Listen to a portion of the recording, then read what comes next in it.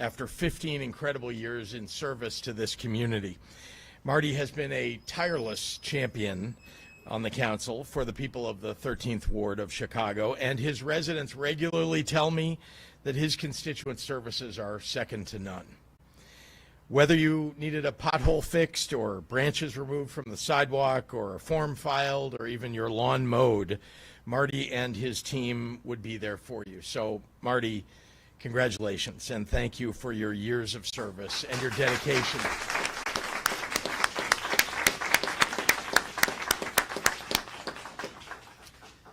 Last summer, severe storms and flooding hit communities across Illinois, including neighborhoods right here on the southwest side. Basements flooded, furnaces and water heaters damaged, floors and walls ruined. Flood damage is, well, most often excluded from standard homeowners insurance policies. So families were forced to pay to repair their own homes out of pocket. Yet they were already struggling with the high cost of just about everything. Hardworking families working long hours to pay their mortgages and their taxes and keep their houses well maintained were struck with extreme weather that left them with thousands of dollars in unexpected costs. For a family on a budget, that truly can be devastating.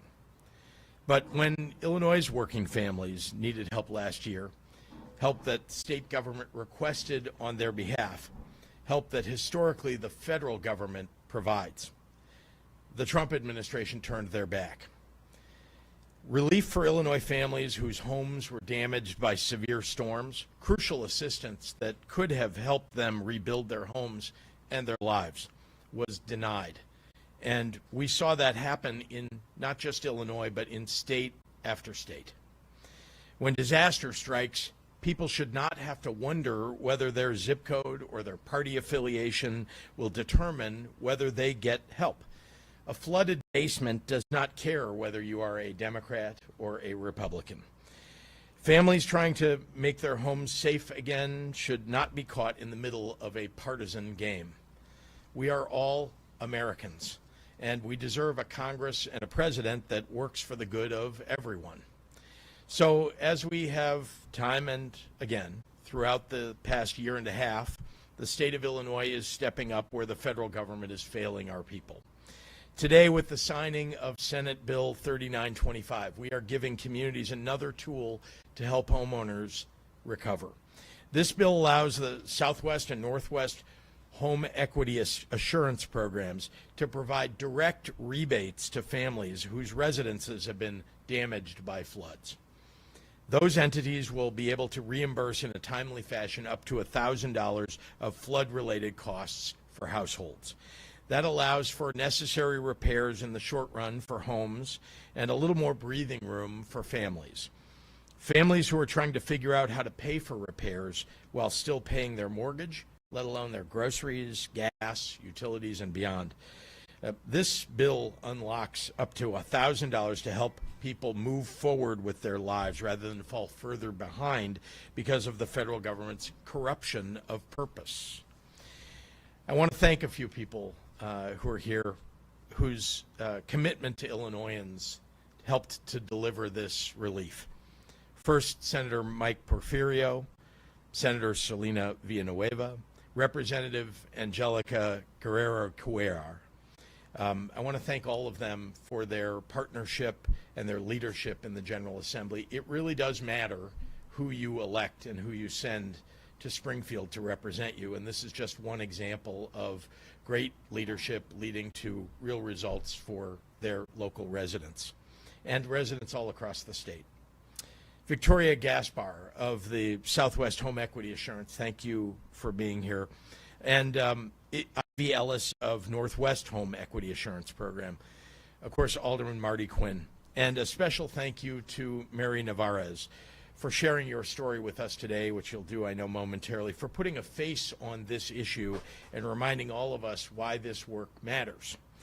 And most importantly, I want to express my profound gratitude to every volunteer, every neighbor, every community member who didn't hesitate to help out in the middle of local storm recovery. You showed up. You showed up with food. You showed up with supplies. and just a helping hand to families who needed it most. That is the spirit of Illinois. It makes me so proud of our state, looking out for one another, especially when times are tough. You embody the very best of our state and remind us that we are the greatest state in the nation because of the kindness and decency of our people. One repair at a time, one home at a time, one family at a time, Illinois state government and Illinoisans across our communities show up for one another to help rebuild. And we are going to keep showing up.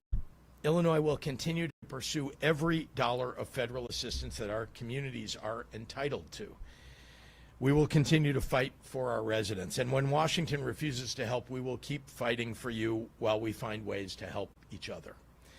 So thank you to everyone who has helped make today possible.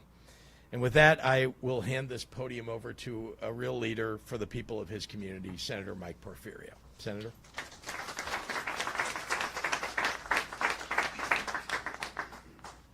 Thank you, Governor Pritzker, for being here today and signing this important piece of legislation. I want to thank some of my colleagues, State Senator Selena Villanueva, who's a chief co on this, an absolute champion and advocate to get this across the finish line in the Senate, and this whole team of coalition of elected officials who want to deliver relief and real services and help to working families. You know, on your worst day, when the rain's falling and everyone has that anxiety and apprehension, that's exactly the time government needs to show up. That's exactly the time government needs to show people that they care, that they get it, that they're going to bring them real relief.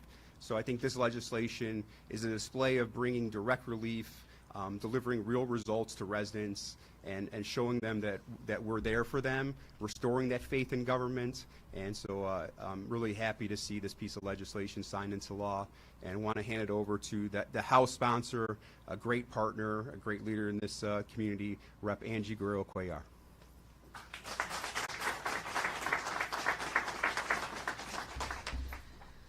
Good morning, everybody. I'm Representative Angie Guerrero-Cuellar. Welcome to the 22nd House District. I want to start by thanking Governor Pritzker for being here, and I'm extremely grateful. You have continued to be a champion to our residents, first supporting legislation for a needed police district in the area, and now to provide relief. Our residents always appreciate when our elected leaders show up. So thank you very much, Governor. You deserve an applause for that. Thank you to my partner in the Illinois Senate, Senator Mike Porfirio, for our continued work together for the residents of Chicago's Southwest Side. And thanks to Alderman Marty Quinn and the other members of the Chicago City Council who join us here today, who refuse to give up on our residents in a time of need. Homeowners in our community experienced significant damage to their homes and their basements in the recent storms and greatly impacted to the area. The images of streets flooded, the videos of home appliances submerged in water, and one-on-one accounts we all heard were overwhelming. I walked into basement for some of our seniors in the area, and it wasn't just the physical destruction, but the memories that were also destroyed and floating in the basement. In the 13th Ward, we had over 1,200 residents reported damages probably within the first 48 hours of the storms. When the federal government provided no relief, we knew we had to step up and find a needed solution. And we did just that. Again, our partners are here, and I'm proud that this one-time payment will help our residents repair storm and flooded damage that desperately is needed. But most importantly, I know it will help them get back on their feet. If you look around, these are a few of the Salvation Army buckets to assist residents at the time of the flooding. And I am grateful to this coalition here who joined us, our city partners, our state partners, to help our residents that stood up for the Southwest Side. So this will not be forgotten, and I thank you all again for joining us here today. Thank you. And now I'm going to turn it. I have the honor of presenting one of our community members to give her accounts, Mary Navarez.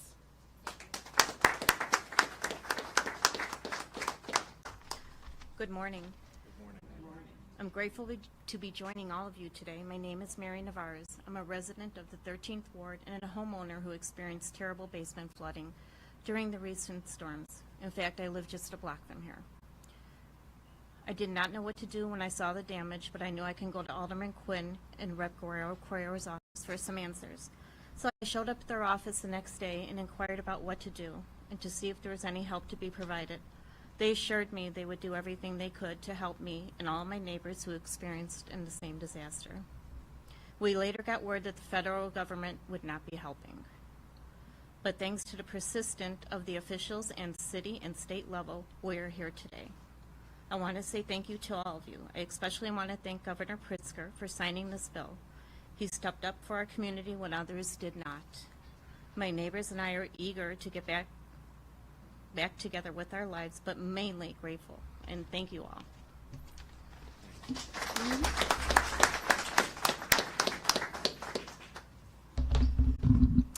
Good morning, everyone. My name is Victoria Gaspar, and I am the Executive Director at Southwest Home Equity Assurance Program.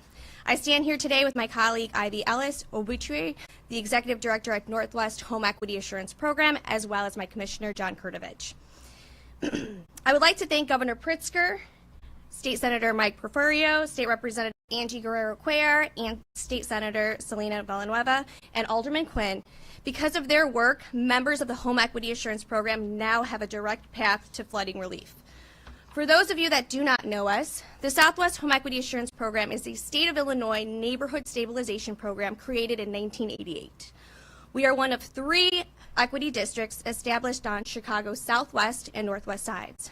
Our core mission is to guarantee our members' property values, and we offer an exclusive home improvement loan program to help homeowners invest in their homes with confidence. That's what makes this new legislation so important. It amends the Home Equity Assurance Act to allow commissions like ours to establish a direct flood relief rebate. While the effective date is still a year away, this adds another layer of protection and peace of mind for our members, for their homes, and for our communities. Ultimately, this comes down to what we've always stood for: preserving home ownership and strengthening the stability of our neighborhoods. Flooding can be one of the most disruptive and costly things a homeowner faces, and this bill provides us with a real tool to help our members recover and remain in their homes. Programs like this, household by household, are what keep our neighborhoods strong. And Governor Pritzker, by signing this legislation, it will mean that the next time a family here has to repair a flooded basement, they won't be doing it entirely alone. Our programs just don't guarantee the value of a home on paper, but show up for the people who live in it when things go wrong. So on behalf of the homeowners in this program and in this community, thank you again to Governor Pritzker, Senator Porfirio, State Representative Guerrero-Cuellar, State Senator Selena Villanueva, and Alderman Quinn for making this possible. Thank you. I'll give it over to Alderman Quinn.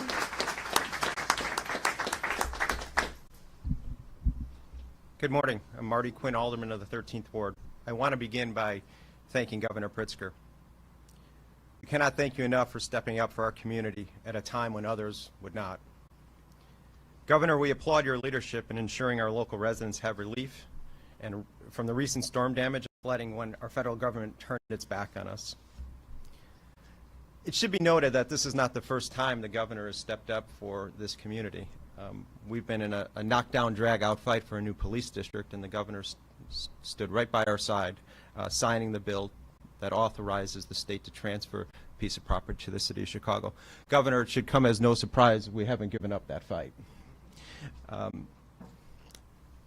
course, I want to thank State Rep. Angie Guerrero-Cuellar, State Senator Mike Porfirio, 2 champions for the Southwest side. Thank you for the work that you've done on this piece of legislation. Thank you for the work that you'll continue to do on behalf of our residents. I also want to thank my colleagues from the City Council. Many of you are here today.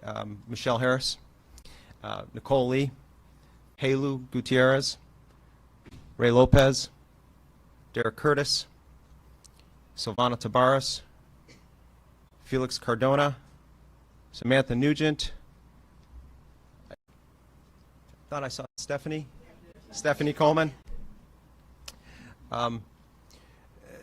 We came together to advocate for this legislation, and many other issues that impact Chicago residents in Springfield this past session.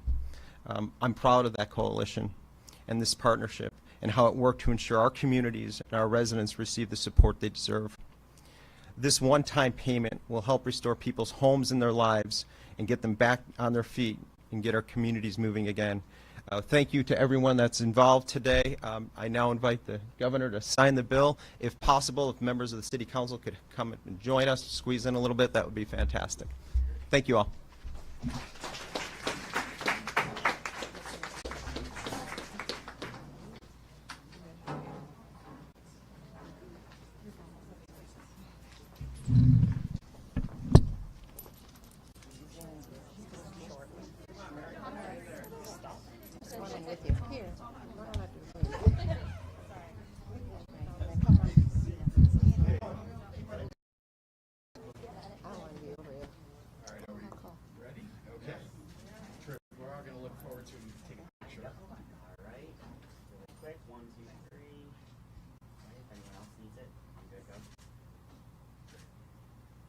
Okay.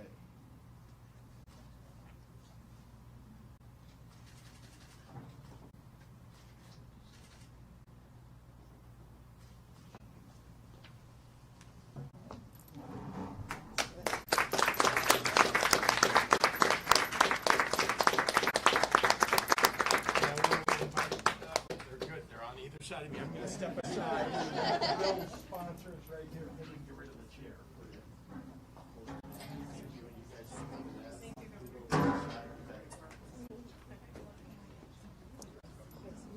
All right, ready? 1, 2, 3. Good on my end. Okay. Thank you. Okay, I'm going to take a few questions from members of the media, and then we'll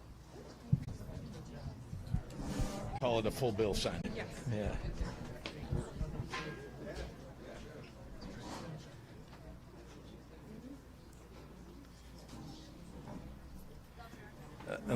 Unless the alderman would like to take all the questions. Yes, hi.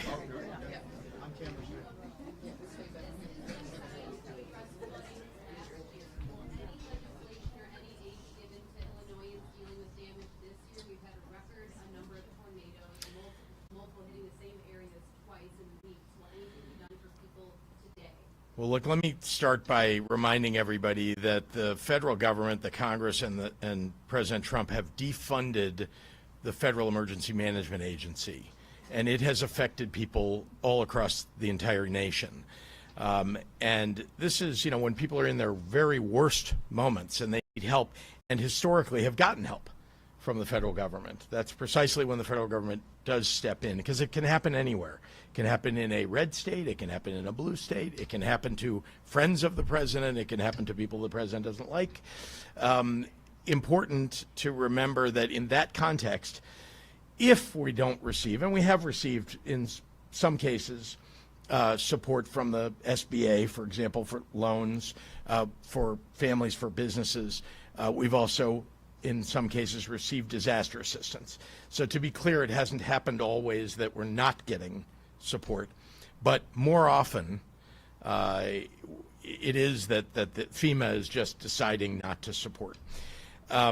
So in that context, we try to step up and do whatever we can. But again, the state government doesn't have the resources to fill in all the holes that the federal government has now made for states across the country. We can't, for example, deal with the massive Medicaid hole that's been created for so many people who are going to lose their health care or their food assistance, SNAP benefits. Too much. The state government can't take those things on. These are typically federal government roles.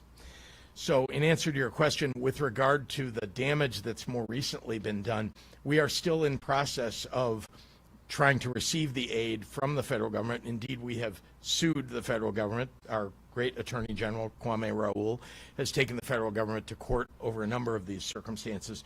So we're going to continue to fight. That's why I mentioned that in my remarks, to get those dollars. In the meantime, people often can't wait. And so we're doing what we can in the moments that we can, hoping that we can restore sanity, frankly, from federal government emergency management. Governor, you've said repeatedly the Bears haven't told you what they want. But what they tell me is, yes, they have. It's pilot. It's the original pilot without some of the modifications that got put into the House bill. So what about that? It's the pilot bill. That's what they're telling me. Well, that's great, but remember, we were not able, the legislature did not pass everything that they wanted, and so it's up to those who want to get something from the state government to put the votes together on a bill that will pass. And so the question really is, what is it that they're willing to compromise on to make sure that the state government, the legislature, the governor can support it? I've been very clear about what principle number one for me is, which is I'm not going to saddle the taxpayers with building a stadium for a $9 billion valued team and business. That's great that they're successful as a team. I hope they'll be more successful this year on the field anyway. And but you know, we want them to continue to succeed, and we will support them with infrastructure and other things that we support other businesses with, as we do residents and others. But they've got to come forward and figure out what it is that will work with the legislature. They have had an occasional conversation with various legislators they think are useful to talk to that they've chosen. That's great. They have talked to my office on occasion to check in with us, to ask questions, so they can do the work that they need to do. But it is up to the Bears to make sure that they're clear about how they're going to get something working with the legislature. They've hired new lobbyists, and they're working with those lobbyists, and I hope with members of the legislature to push something through. Follow up with that, because Yes. the Bears, it seems, a lot of people seem to have read their press conference yesterday as basically saying they're all Indiana, and if what you're saying is, you know, they're not coming to you, do you think the Bears have given up on staying in Illinois and are now just fully focused on? Look, I think it's, you know, if I were standing where they stood yesterday, I might say exactly what they said, even though they have continued to have conversations with people in Illinois about what that future will look like. I do believe they would like to stay in the state of Illinois. I also believe that they have not come forward with the bill that they would like to ask the legislature to pass yet. And so we're counting on them to make sure that that's something they're working on, that they'll talk to the legislature about. I mean, it doesn't make any sense for them to just keep saying the same thing that they said last spring if, in fact, that can't pass the legislature. Have you talked to Governor Warren or yesterday about this? No, I did not speak with either one of them after their press conference. Yeah. CBS News Chicago. Hi. So how do you respond to criticism? I know you're expected to tour the south suburbs later today, but how do you respond to criticism of those saying that you shouldn't have been in Springfield at the state fair, but to be here a little bit sooner for the residents? Well, remember what my job is to make sure that our agencies are showing up to do the work that they're supposed to do, and we have done that. The state emergency management agency has been there. Our job is to assess the damage, to work with local businesses and individuals to make sure that we're responding as best we can. My job is to not interfere with that process, and when I show up, it's helpful, it's useful for me to see the damage, to speak to people on the ground and businesses on the ground. But we're quite well aware already, even before I get eyes on, of what the circumstances are. And so when I show up, what I don't want to do is interfere with, for example, our assessment of the damage so that we can put all that together, package it, and tell the federal government what it is that we need, hoping that we will get a positive response, which again, occasionally we have, occasionally we are not receiving it. It seems like the whims of the federal government are at play. Why not issue a formal disaster declaration yet on the most recent Yeah. damage? And do you see with this Trump administration giving FEMA funds until? I'm hopeful. I mean, I don't think there's any reason we should just say they're never going to do it. They have, and I believe they will. This question often gets asked, why haven't you already, you knew the damage happened or the storm happened, why didn't you issue a disaster? Look, I'm well aware that the disaster has occurred, or the storm has caused damage, so it's not like we don't know. The reason we don't yet issue a disaster declaration is, remember, that is the kickoff. When I do that, it's the kickoff of our attempt to get federal money. That's the signal. We take that document, that disaster declaration, and essentially present it to the federal government saying, we've declared a disaster. It's time for you to deliver.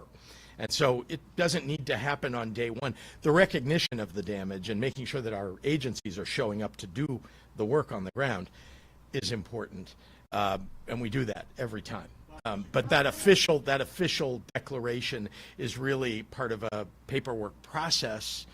It also allows us, when we need to cut through the bureaucratic challenges, within government, in our government, so that agencies can work together better if we're having trouble somehow getting things done. So those are the two reasons why, you declare a disaster in the state of Illinois.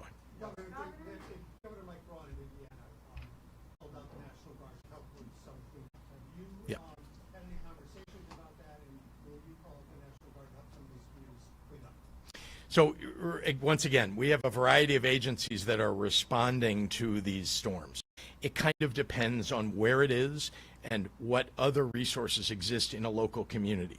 So an example is in a rural community, they would have a greater need for help from the state government and perhaps from National Guard, only because they don't have, for example, a local robust emergency management agency. Many counties like Cook County do have a robust emergency management response. Many don't. And so whether we call out the National Guard is sort of dependent on, do we have resources on the ground that are being helpful?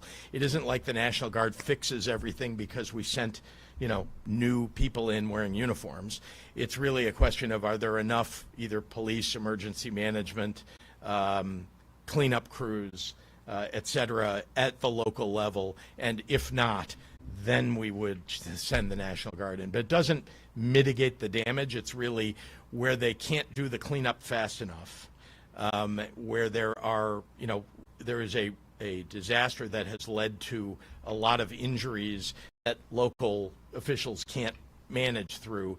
That's when we call in kind of state police and everybody else at state government level. So we try to do it on an appropriate basis. But National Guard isn't just the be-all and end-all answer to problems. I know people often say that about crime and other things. If we just send the National Guard in, that solves the... No. Thanks, guys. Thank you, guys. Thank you.